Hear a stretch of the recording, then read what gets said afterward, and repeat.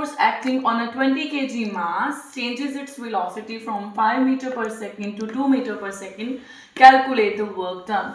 तो जैसे मैंने आपको सिखाया है, you have to split the statement into 2 or 3 parts.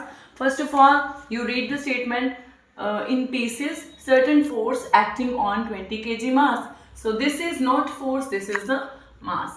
Here mass is equal to 20 kg. आप गलती क्या करेंगे, क्योंकि फोर्स लिखा है तो आप समझोगे कि ये फोर्स है, but you have to recognize it by its units. And बताया हुआ है कि मास है तो ऑब्वियसली इट्स एम. और changes its velocity from 5 meter per second.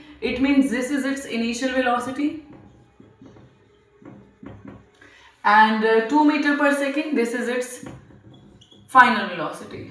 You may mention over here that this is the initial velocity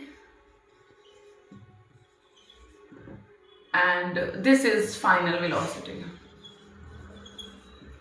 Okay. Now we have to find the work done. So you have to learn the formula.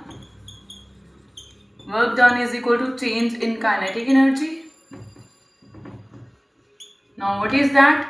Change in kinetic energy means final kinetic energy minus initial kinetic energy, right? So for final kinetic energy we will put the value of V in the formula of kinetic energy, and initial kinetic energy के लिए we will put the value of V as U half mu square.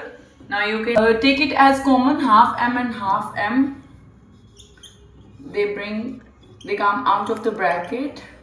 Now put the value of everything. M is 20, V is 2 square, and U is 5 square.